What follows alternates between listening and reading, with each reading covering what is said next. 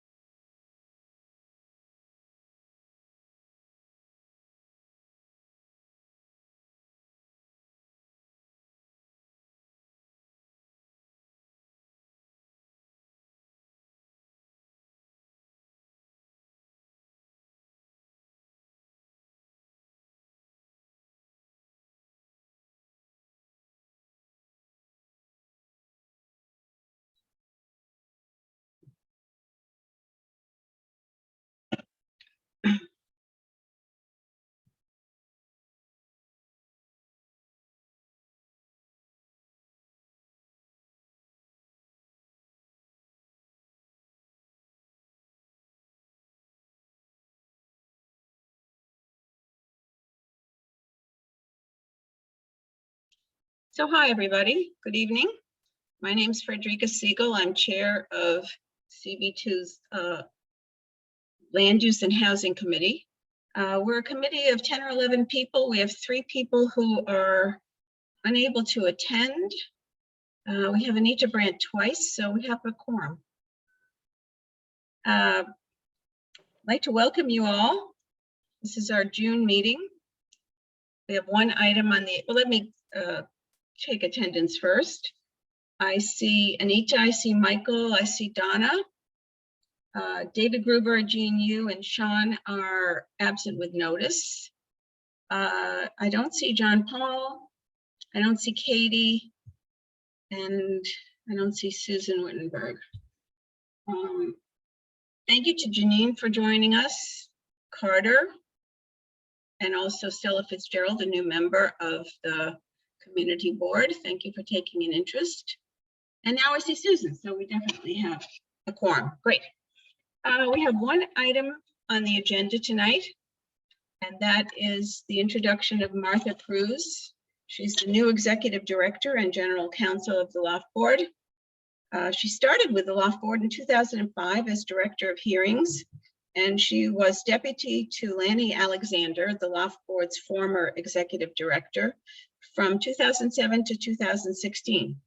And as I said in my note to you all, some members of the Land Use Committee may remember that back in 2015, Ms. Alexander came to our meetings at least once, maybe more times. She certainly made herself very available to us when we were working through the disposition of joint live work quarters for artists units that were part of buildings that were going through the 74-711 process. So we really welcome her. It was very kind of her to agree. And I think we'll just elevate her if we can. Josh, can you do that?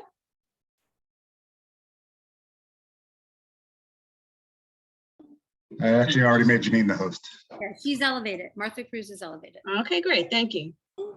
Very good. So hi, Martha. Thanks for coming. I hope everything I said about you is accurate. If not, please correct me. No, it is. Okay. I don't know if you want to start by introducing yourself and talking about your vision for the Loft Board, but the floor is yours. Oh, thank you. Thank you. First, I'd like to say that it's a privilege and honor to be here today. Thank you for the invitation and thank you for the interest in the Loft law. I was asked to speak about coverage under the law, but before I start, I just wanted to let you know where to find it, where to find the law and the Loft Board's rules. The law is a state statute that was enacted in 1982, and it's found in Article 7C of the Multiple Dwelling Law. It's sections 280 to 287, and the Loft Board's administrative rules are found in Title 29 of the rules of the City of New York. The Loft Board is a 9-member board and it meets monthly. I am part of the Loft Board's very small staff. At the moment, we only have 6 people. We can all fit in one elevator. There are 2 ways to obtain coverage. One can file an application for coverage, or an owner can file a registration application with the Loft Board. A coverage application is filed by a tenant is how to start a case before the Loft Board. The rules governing the Loft Board applications are found in Chapter 1, subsection 6 of the Loft Board rules. The criteria for coverage is found in MDL 281. And since 1982, the state legislature has amended the law to expand coverage several times. The most recent amendment happened in 2019 when the legislature enacted a new subsection 6 to MDL 281, creating a new window period for coverage. Generally, the criteria for coverage is that the building must be a commercial, warehouse, or manufacturing building historically. The building cannot have a residential C of O pursuant to Section 301 of the Multiple Dwelling Law. The building must be occupied by 3 or more families during the relevant window period. The window periods are in the different sections of 281, Multiple Dwelling 281. Under subsection 6, the building cannot be in an IBZ, an industrial business zone. The unit cannot be in a cellar, and the unit seeking coverage, must be more than 400 square feet. When an application for coverage is filed with the Loft Board, the application after the answer period is transferred to the administrative office, the Office of Administrative Trials and Hearings for a trial. If the parties do not settle, the trial is conducted, and after the trial, the case is returned to the Loft Board with a recommendation by the administrative law judge who presided over the trial. The Loft Board will then issue an order in the case, either granting or denying the coverage application. If the coverage application is granted, the building is deemed being an interim multiple dwelling, which is what we're calling loft buildings. And the owner is then required to legalize the residential spaces. To begin the legalization process, the owner must file what we call a narrative statement, which is really just a description of what has to be done in the building to meet code compliance. The tenants have an opportunity to comment on the owner's legalization plans. Once the occupant review process is complete, the Loft Board then issues what we call a certification. The owner can take that certification to the Department of Buildings to obtain an alteration permit to begin the work to obtain the residential certificate of occupancy. Once the department issues the certificate of occupancy, before the units register with the Loft Board, the building may be removed from the Loft Board's jurisdiction. The Loft Board will issue a removal order, and the rent-regulated units are then registered with DHCR. Right now, we have 325 buildings in our jurisdiction. 202 of them are in Manhattan, and 80 of those 202 are in your community board district. We have 1 building in the Bronx, we have 4 buildings in Queens, we have 1 building in Staten Island, and we have 117 buildings in Brooklyn. And that's my my spiel on coverage. Does anybody have any questions or?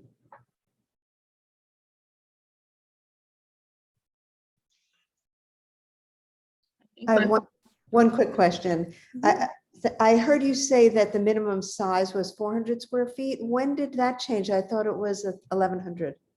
No, yeah, no, that changed. Well, it's in the law now for coverage under MDL 281.6. The unit seeking coverage has to be 400 square feet, the minimum. Yeah, I mean, I just wondered when that changed, because when we were all dealing with legalization, the minimum size was 1,100. I didn't know it had been reduced to 400. You don't know when that changed? No, I don't. Okay, thanks. Just a little bit of, yeah. Can you explain the term coverage? What does coverage mean? What exactly does coverage mean? It means that you're registered with the Loft Board as an interim multiple dwelling. Now, what are the advantages to a building owner seeking coverage? Why would a building owner seek coverage? I'm just asking an academic question, or not seek coverage. What is the incentive? The incentive is that the occupancy, while the building is in the legalization process, the building can be used for residential purposes. The spaces registered with the Loft Board are protected by the loft law. So the residential occupancy that otherwise would be illegal could be legalized because it's in this interim process of being legalized. So while the building is being legalized, the occupancy is legal, and DOB won't come and vacate your building. Thank you. So when you said that there are 325 buildings in the jurisdiction of the Loft Board, that's buildings that's not a historical fact, that's a current fact. No, that's a current fact. Historically, there were 1,091 buildings in our jurisdiction. Going back to 1982? Going back to 1982. And that's buildings, not units? That's buildings, I mean, yes.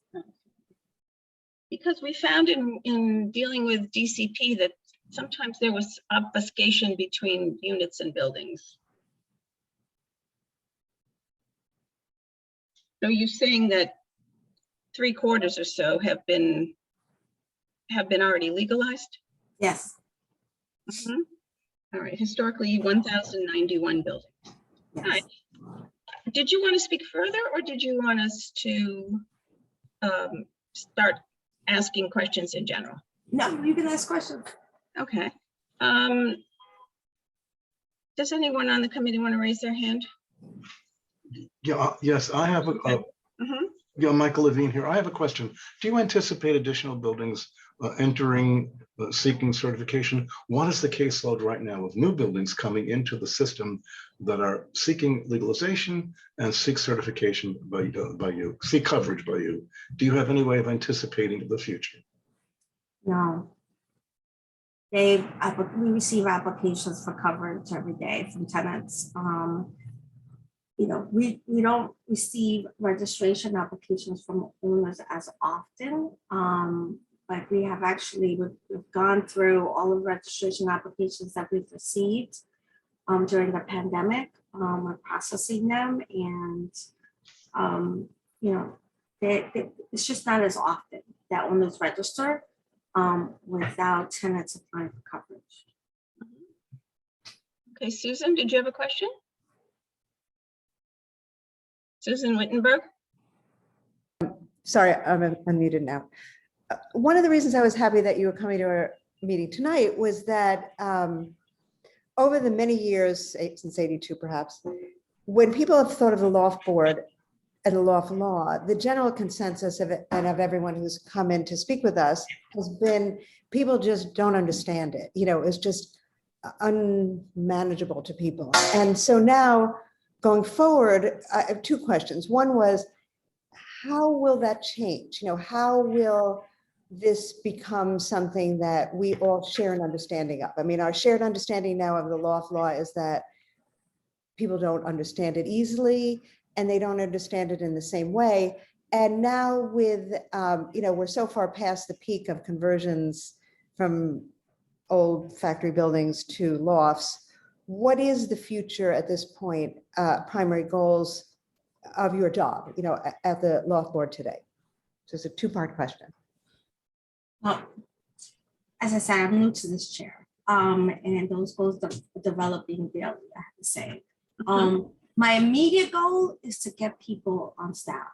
In the last 3 months since I've been here, we've lost 2 attorneys.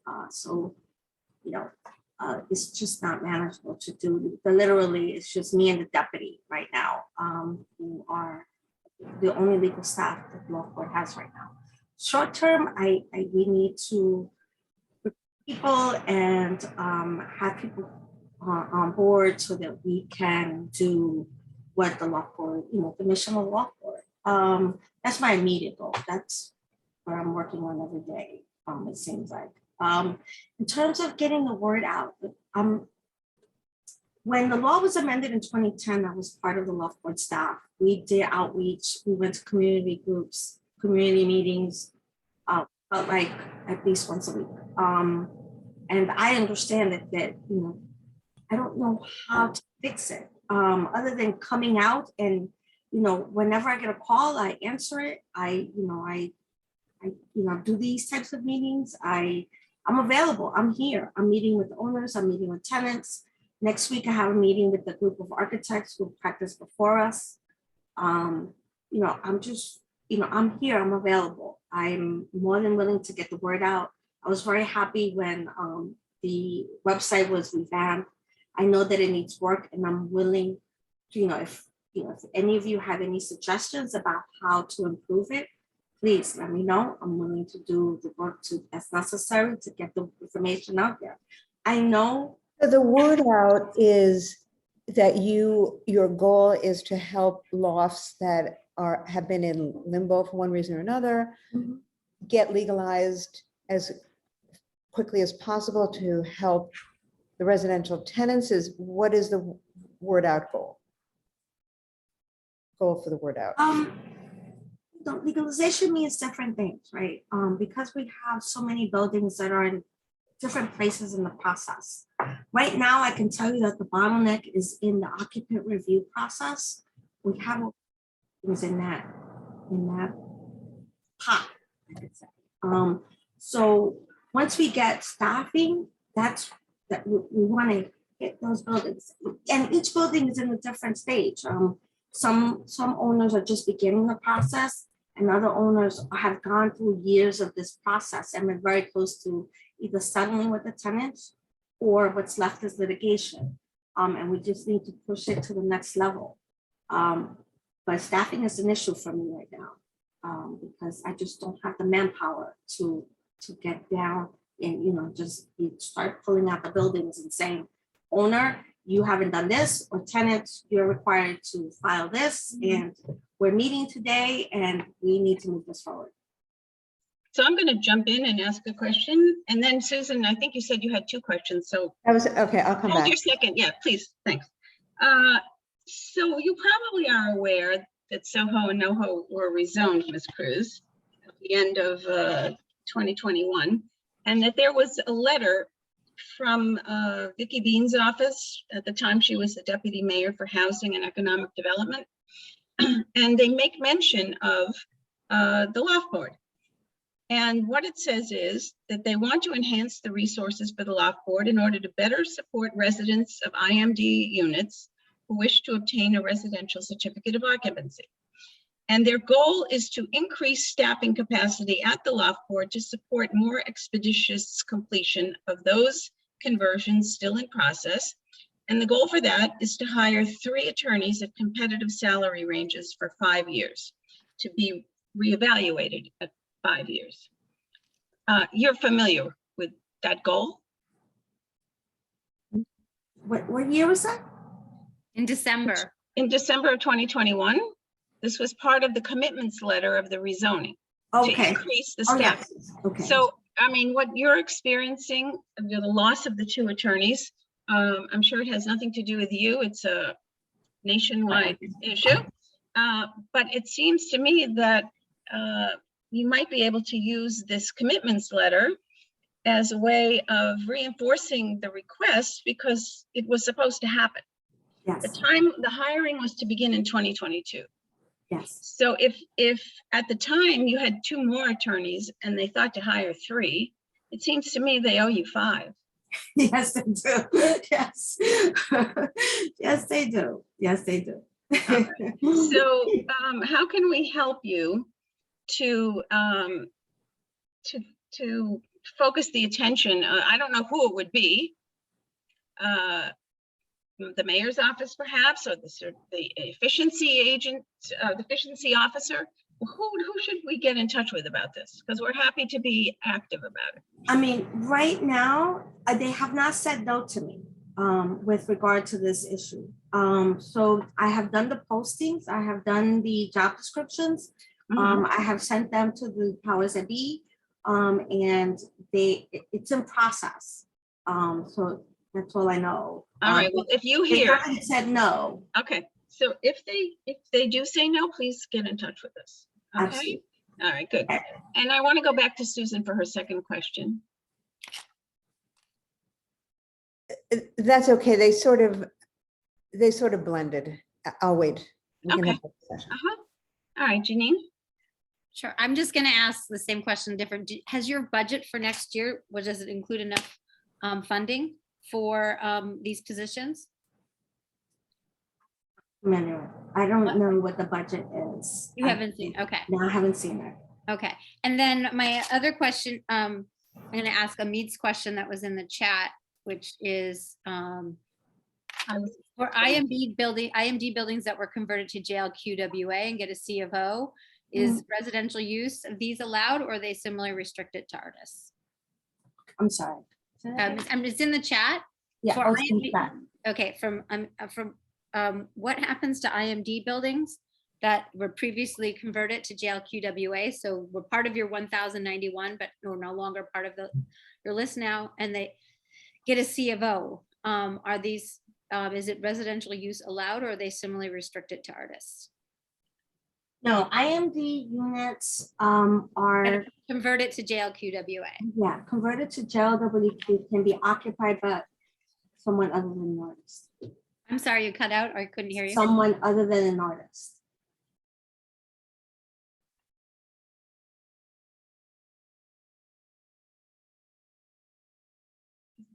Does that answer your question, Janine?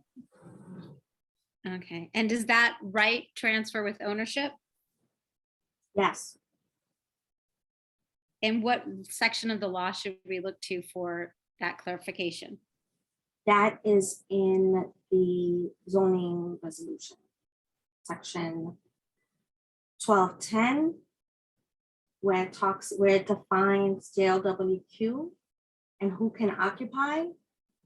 It says, I'm paraphrasing, but it says something like otherwise permitted by law, and the loft law is that law.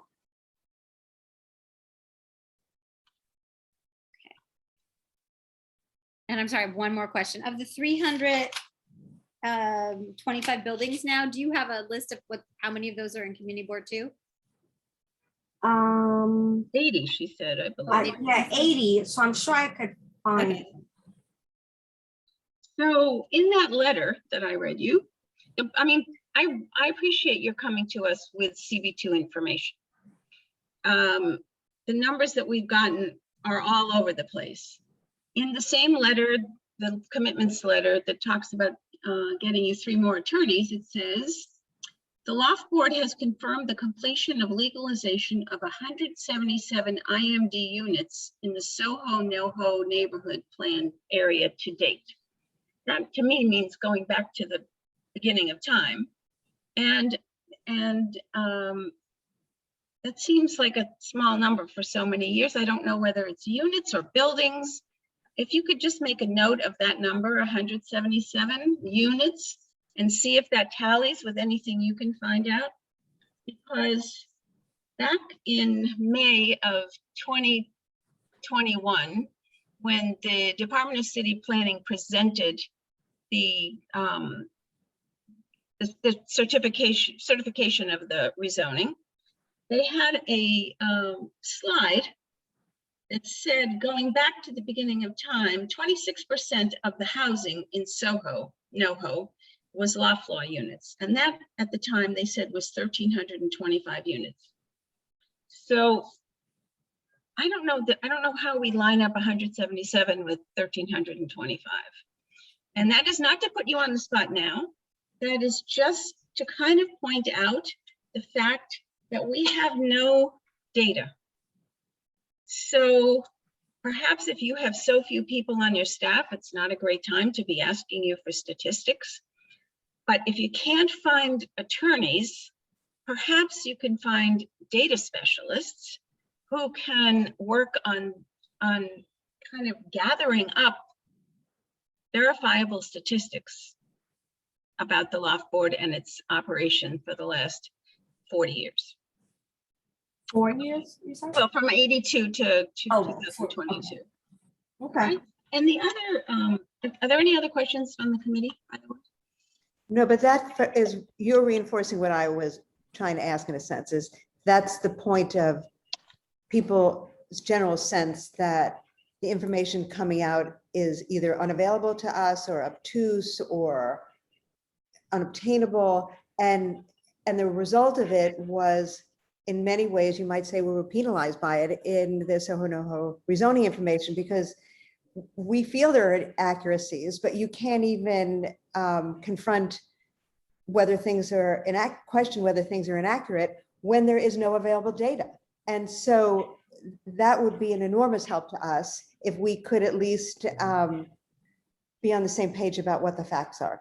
Right. And Martha, I'll share that slide with you so that after the meeting, so that you know what we're talking about. Okay. Carter, did you have a question? Yeah, first of all, I think that what we're looking for is a list of all units that at some point were under the jurisdiction of the Loft Board. That's really that's the data set. That's all the units that in our community board. So while there's a public list of buildings that have gone through this process, there's not a list of the actual units themselves. And that's what we've been looking for all along, but has never been able to be provided. And that's the discrepancy in the numbers that we consistently see. And I just want to go back to a point that you made. In order to seek coverage under the loft law in a building, the only relationship that can exist is with a building owner with separate renters, correct? Because and that's, is that correct? I'm not sure I understand. When you say So- separate renters, you mean like Th- not part of that the it- ownership? that the only way the loft law comes into play is if you have a building owner Mhm. with tenants, correct? It's not, people who own their units cannot seek coverage under the loft law. It's only units that people are renting. Yeah, no. Well, let's Owners- confirm that. It's only tenants, it's not owners, Martha? But No. it's- Yes, No. it's No. only, or no, it's not only. No. You can have a cooperative or a condominium association register. The requirement is that there must have been 3 families living separately. The building cannot have a CLO during the relevant time period. And depending on which subsection of 281, that will trigger the criteria for coverage. So if you are seeking coverage under 6, let's say, you have to, your units must be at least 400 square feet. It cannot be in a cellar. Right, and so I'm looking retroactively, not to the future, because this is where there's been confusion, which Susan was referring to. So a loft and a JLWQA are not necessarily the same from the provisions of the loft law, because the loft law is citywide, and for us, JLWQA is predominantly in Soho and NoHo, with some other units, right, mixed in, but not the norm. And many of what we consider lofts here went through a separate process to have JLWQA units because they were artist cooperatives which sought coverage, versus those units that sought coverage under the loft law. And we are very interested in that distinction now, because there has been a statement which you confirmed earlier, that any units that went through the loft law process do not have to comply, even if the certificate of occupancy says JLWQA. The city has said that they do not need to comply with the requirement of having a certified artist residing in that household. And now some of those units, the relationship at the time that they were under the loft law was with the landlord tenant, but since then people have purchased the units. So there's that creates another level of confusion. But the specific units are not required, from what it seems to be, to go through this other overlay, which has been put forward by the city, which is in order to allow residential occupancy, they would need to pay into an artist fund. And there's a lot of questions now about that. And that's why the history of each individual unit is coming up under question. And people need to go back, this is an open question, was my unit covered under the loft law? Therefore, it's under that other provision that you cited before in the zoning. People are trying to figure out if their units, if that's applicable to that. That's why the list of units is important as of December. Right. And it wasn't so important before. And I think the only place to find that information currently is if you look through the loft board orders, and I'm not even sure if those are all available. Yeah, I think there was some missing history, correct? Yeah. I don't know if they're all available. That I would start there. There's no, that would be my starting point if I were trying to figure out whether a building was a former IND. You can, if you can't find the loft board order there, you can file a FOIA request with the loft board. If you have a question about one building, you can certainly call me and I can tell you. And I'll tell you what's in the system. But if you have several building owners have, reached out to you and they need to know, certainly you can file a FOIA request, and that's something that you can get a very quick turnaround. Well, on I hope answering it that doesn't come question. to that, Martha. But Carter mentioned there's a bill introduced by Deborah Glick and carried by in the state assembly, and carried by Brian Kavanaugh in the Senate. And by the way, just as an update to everyone on the committee, that bill did pass out. It was passed in both the assembly and the Senate, the state Senate, and it's going to go to the governor for signature, hopefully. And it legalizes non-artist in joint live work units. But when you mentioned that the city said that that units don't have to be, that IMD units don't have to be occupied by with people with artist certification, were you referring to the January 2006 notice from the Loft Board concerning Department of Buildings request for artist certificates for IMD units? No, I was responding to Wendy. Wendy Wan, I think, had from the Department of Buildings had recently filed an affidavit in response to some litigation, and she outlined very clearly in that affidavit the distinction that's made for loft units. So the Deborah, and this goes back to what Janine had asked, the Deborah Glick's bill legalizes anybody who, as of December 15, 2021, and only up to that date, any occupants, but not future occupants. And so what the distinction is that an IMD unit, from my understanding and what I've read in the affidavit, is that any unit that went through the IMD process has no restrictions because it's under that other section. And there have been changes over the years. The Loft law, while it was created in 1982, only became applicable in Soho and NoHo in 1986. There was a 4-year gap because the original Loft law was only applicable to areas where you could have a legal residential use.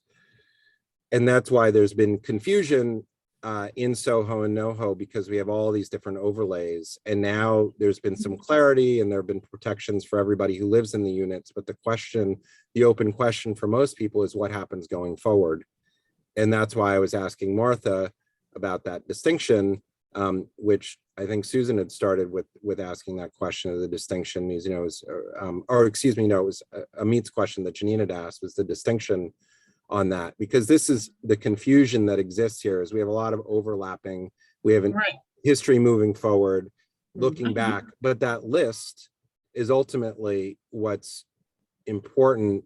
And that was the point to Martha, is the only place to find it is in Loft Board orders, because there is actually no list. And we've been told that there are missing records for some period of time that were destroyed or whatever it was in a fire or something. Yes, fire, flood, And something. so that's why we're trying to extrapolate a list, which would save everybody a significant amount of time of what all those units are. So there's understanding going forward.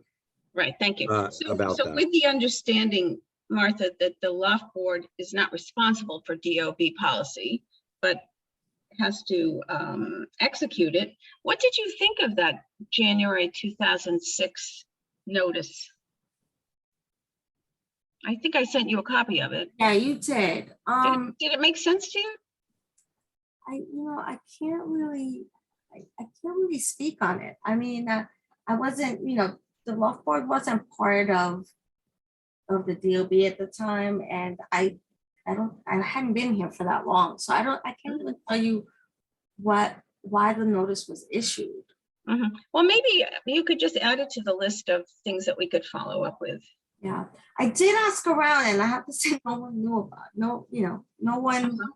No one knew. I think anyone who was part of that notice is probably from the department. All right. It might not be the case. Before I move on to the public, because we have a number of attendees and we have the time to hear from them. So are there any more committee members who have a question? So are there any members of the public who would like to ask a question?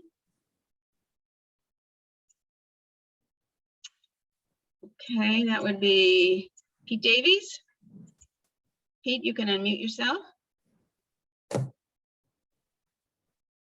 Yes. Hello, Ms. Cruz. Thank you very much for attending. I live in a former IMD building in Soho that we got our final rent order back in around 2005. And then luckily, our owner actually did register our building. So we moved into rent stabilization. I know it's been raised at the Loft Board, and I understand it's not the responsibility of the Loft Board to assure that building owners do register their buildings. But it's always been an interest of the Loft community that that move happen. So building owners actually do comply with the registration at DHCR and HPD that then makes units become rent stabilized. Do you, and maybe I'm asking a question beyond what you're comfortable answering, but is there any thought about what could be done, or if it's legislative, who we would go to put something into place that mandates an owner to do that registration and has follow-up and has teeth? So all those units that come out of Loft Board actually become rent stabilized units. The requirement to register with the DHCR is already part of the law.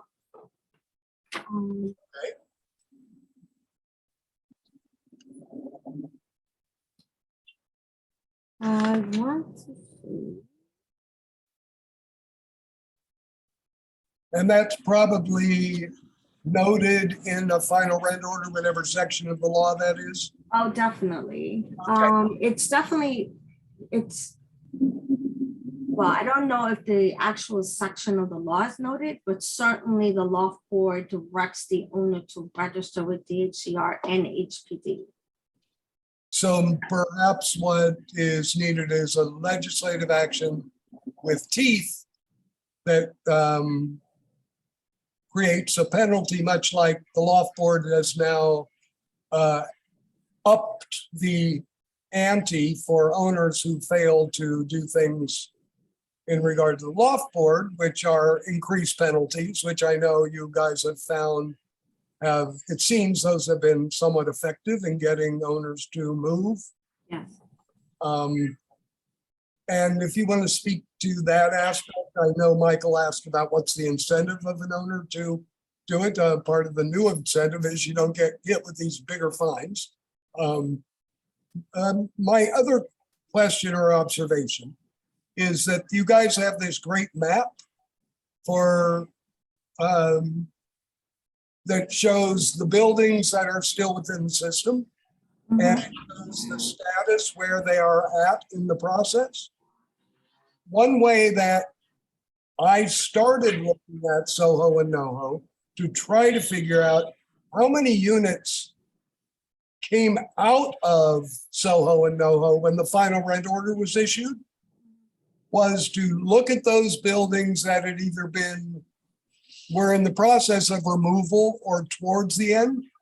And then I would go to the law library website and look up the rent orders for that, or the Loft Board orders for that building.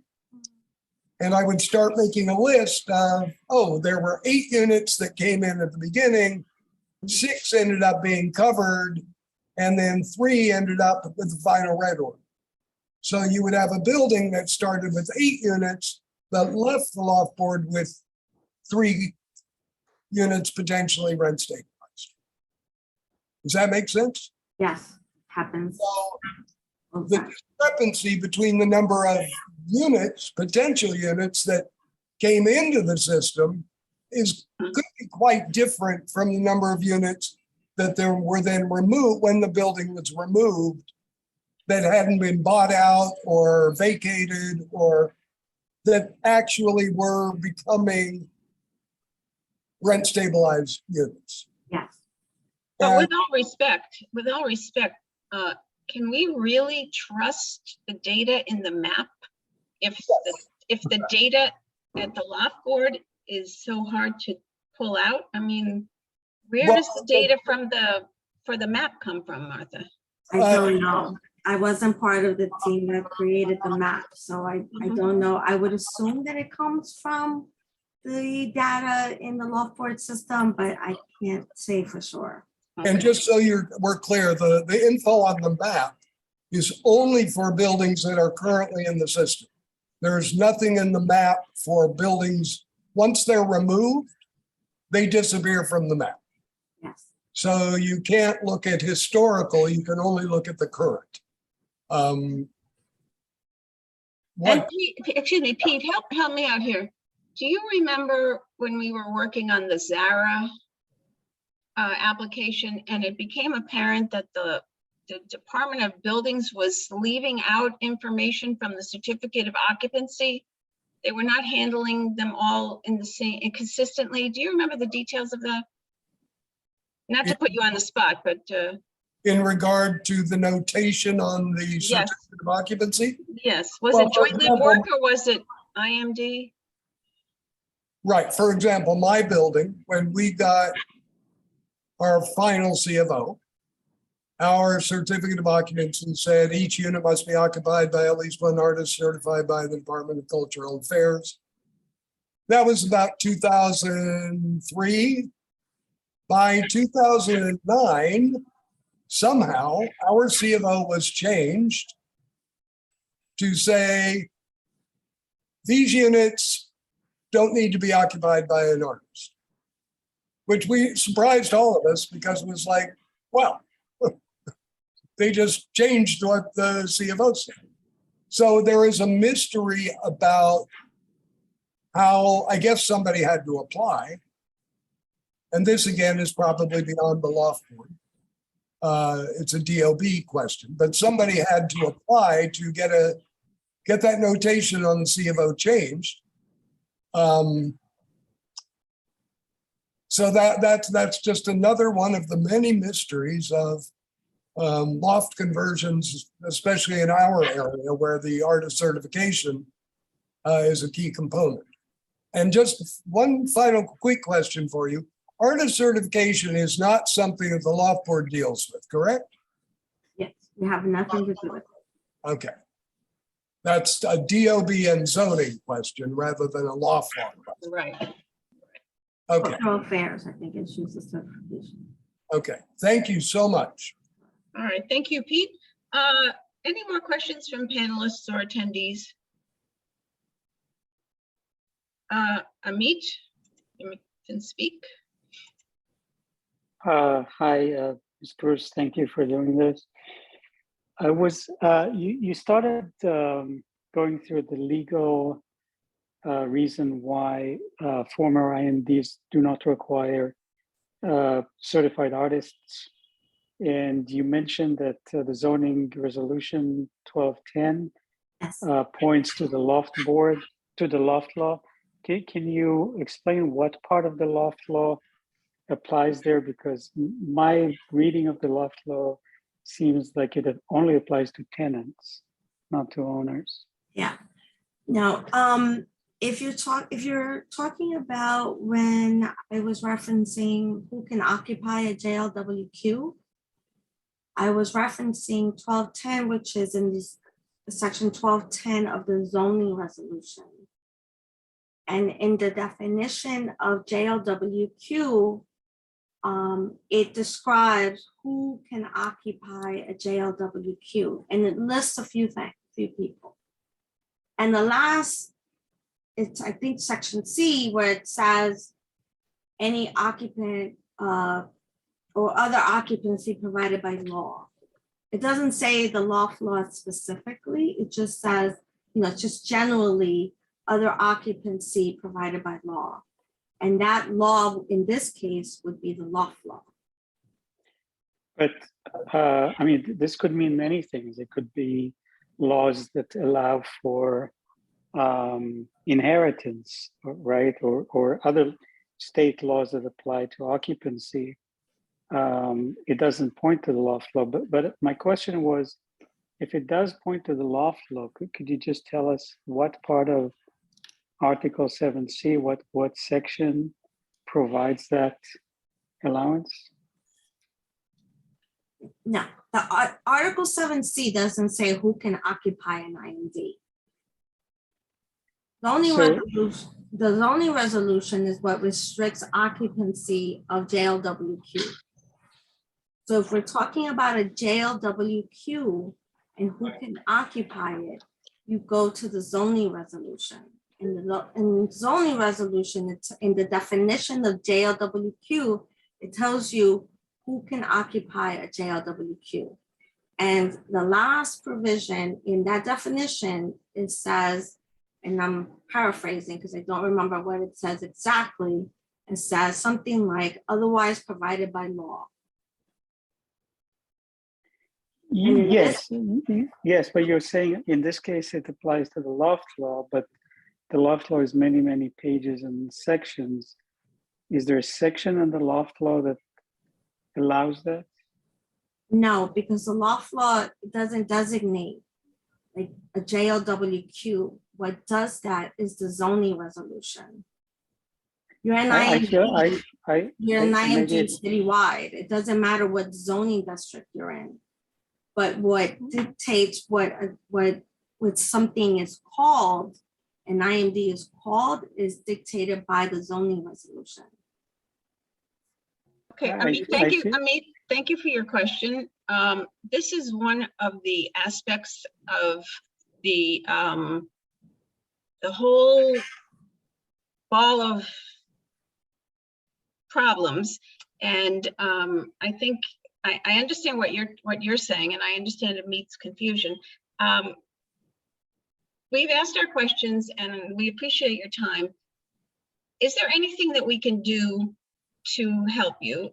And is there perhaps a list of questions that we could that have come out of this meeting that we can address in the future? Absolutely. If you have a question, by all means. I mean, I don't want to unleash, individual people getting in touch with you. What I propose is, there's no resolution that needs to come out of this meeting. But if people have enduring questions that have not been answered by this meeting with you, I would appreciate it if everybody would send them to me, and I will assemble them. I will send you that slide from the certification presentation, so you can see, and it is data that they claim they got from the Loft board, not to put you on the spot, but and I think, do you have a copy of the Vicky Beam commitments letter? I don't think so. Okay, I'll send you that. I'll send you that. And so let's give it a couple of days. Amit, please put your, you can send me your question. And does that sound like a good idea from your point of view, Martha? Certainly. Okay. I'm happy to come back also. Okay, great. That would be great.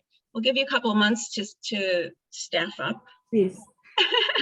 and see what you can put together. So thanks very much. Thank you. For having me. Okay, very grateful. All right, and I think if you want to head out for your evening, and you're welcome to stay. We'll just switch into executive and see if there's any further comments on the part of the committee. I will be leaving, but thank you. Okay. All right, great, thanks. Okay, bye-bye. All right, so now we're in our business session, and I wondered what if everybody's comfortable with what I suggested, or if there's any further discussion. Carter. Yeah, I think that our request should be asking for a list of all the units, because that's really just a clear request. And if you try and go hunting stuff, it's not easy the way the records are managed, and clearly there's some missing. The explicit information is missing, but they may be included in other lists that they have access to, so they could provide a different way of accessing the same information without perhaps those missing documents. So this is the time to ask, and it may take years to get that. We may not ever get it, but we should just put it on record. Yes, it should be at the top of the list. Thanks for that. Susan? Well, I think that you were right. And, when clearly she doesn't have, we have more information than she does, about the recent past. And so I think that, giving her Vicky's letter, getting her up to speed is good. But it wasn't a very, other than she's saying, I'm open to being reached and all of that, which is very often what new people in the job always say.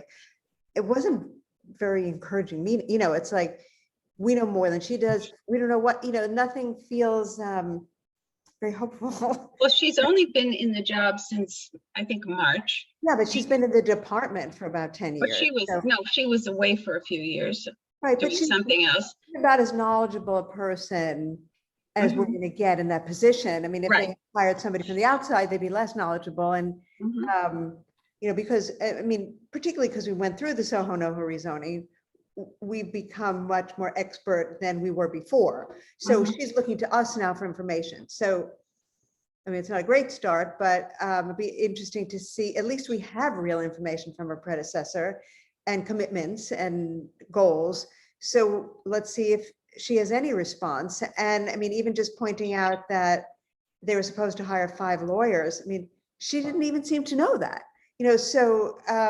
They were that's supposed to hire 3, and the number 5 came from the fact that they lost 2 that they had when they said they should hire 3, Right. just for So the clarification. staffing up is not going to happen quickly. So, she's pretty, her hands are pretty much tied, but we should at least get her as informed as we are. Exactly. Michael? Yes, I'm going to go back to a question that still troubles me. She stated that when units come out of their jurisdiction and they become stabilized, they disappear from the map, they disappear from the system, and there's no way of tracing this. Did I hear that right? That they do not have any records for buildings that have come out of the system and are now Well, they stabilized? should have a record of the legalization process. I thought I heard her say that they don't have that, and that's why she can't answer historical information for us. I don't think, what she told me prior was that it's an antiquated form of a database, and it takes a special person who can, it would be like dealing with Lotus Notes or some original software program, and they just don't have the manpower at this point or the expertise to access the database. Well, one interesting thing we could do, and I don't know if this would be possible, we do have the Community Planning Fellowship Program, which gave us some good fellows this past year. We could volunteer to assist and perhaps find some data researchers to help them, even though it's an old system, try to figure out the history of what has happened in the Loft Board in the past. We could offer our assistance if possible, and if it's taken in the right way, to help retrace some of this history. This is data that we really, really want to know. Well, I was thinking perhaps that the one thing that we might do as a result of this meeting is to write to the mayor's office and to the chief efficiency officer and perhaps to the head of the DOB and remind them of the commitment that the city made in the commitments letter. I don't think it has to take the form of a reso, but I'm open to hearing otherwise. Members of the committee? It could be a letter. I don't think we need a reso. I'm fine with the letter. As long as this just makes sure the committee approves the letter, so we don't have to take it to exec. Right. Okay, so write the We don't letter. have to so let's make sure that the committee approves this letter. Okay. So we don't have to have a special agenda item at full board. We would still take it to exec. Okay. All right, well, we can do that. I don't, all right, let's do that then. Is there any, I still think, it is a sizable minority, but it's still a minority. And it's still, excuse me, who's So- speaking? long story short, Hello? I don't have all. Something's coming through on Katie. Right, I muted that. Okay. All right, well, I'll draw up a brief letter. It does it necessarily have to go out this month, or could it go out next month? Without a meeting? Well, I Ginny? prefer to go out sooner rather than later because also what's easier to meet this month because this is our last Okay. month that we're virtual. Unless something changes. Sure, okay. Now, if you can do it now, I'd prefer that now. Also, we're going to be very limited in terms of office staff in July. So All right, fine. sooner rather than later. If it can happen now or happen in September, those Yeah. are my two choices. All right, fine. Sounds good. Anything else? Anybody, any other items on people's minds? Yes, if I may ask a question about one of the links that you sent to us to what the new chair of the City Planning Commission Oh, appears thank you to be for mentioning that. Okay. proposing. If I'm reading it correctly, and I had no idea this was happening, what we read, for those of us who did read the article that you sent to us, and thank you very much, it was helpful. If anything, we might be looking at some very, very extensive proposed zoning changes to allow for increased densities, for conversion of buildings for other purposes, all of which would require changes to the zoning resolution. Do we have any further intel on when this may happen? Or is this something that just kind of came up as a wish list from the current mayor? Janine, is your hand raised to address Yeah, this? I have a little intel. I can't divulge my source. It was just one source. But it sounds like nothing is really written yet. So this is a wish list and it could take a while. There's nothing ready to be released in terms of a ULURP or any process. So my guess is something will happen, but not anytime soon. Right. So we're looking more at the fall, Oh, for sure. No, I actually was thinking like next year. Yeah. Okay. Like I wasn't even the fall, the way it was shared with me was that this needs to be written.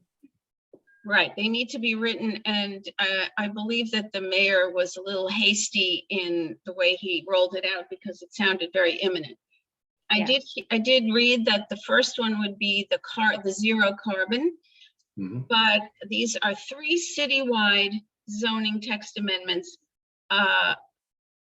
After the permanent open restaurants citywide zoning text amendment that was so appropriate to some areas of the city and so totally inappropriate to other areas of the city, I really was traumatized by the idea of more citywide zoning text amendments. One of them wants to allow a bakery that might be in a residential building that occupies 1 storefront to expand to 2 or 3 storefronts without having to move to a manufacturing zone or getting any kind of going through any process. Another one of them wanted to expedite the ULURP process, ironically going through ULURP to limit the ULURP process. Didn't think that sounded too good. There was a lot about it that that I think would not be good for our neck of the woods. Right. But as Janine says, it's not imminent. So I will keep you apprised, and if any of you see anything, please let me know as well. So thank you all. At this point, we have nothing on tap for July, but keep an open mind. And we'll move on to something that we're going to do for Bob Gormley for retirement. Janine, will we be doing anything? Yes, and if you're interested in helping, send me an email and I'll schedule. You are muted. Sorry. Okay, and he'll be his last day is what? July 1. So if you are interested, it's a couple people had independently emailed me and a bunch of people, and then I sent an email to all board members and a few people got back to me. So if you are interested in helping, Michael Levine did raise his hand. Please email, and Dr. Smith did as well, but please send me an email. Okay. All right, thank you. And thanks to all who attended, and I'll be in touch with a letter. Okay, thanks all. Thank you.